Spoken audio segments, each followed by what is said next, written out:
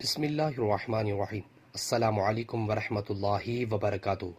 نبی صلی اللہ علیہ وسلم کی سخاوت۔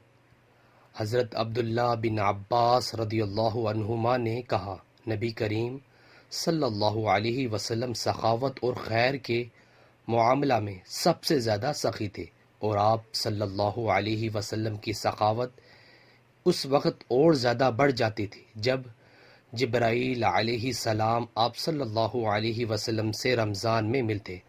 جبرائیل علیہ السلام حضرت صلی اللہ علیہ وسلم سے رمضان شریف کی ہر رات میں ملتے، یہاں تک کہ رمضان گزر جاتا۔ نبی کریم صلی اللہ علیہ وسلم جبرائیل علیہ السلام سے قرآن کا دور کرتے تھے۔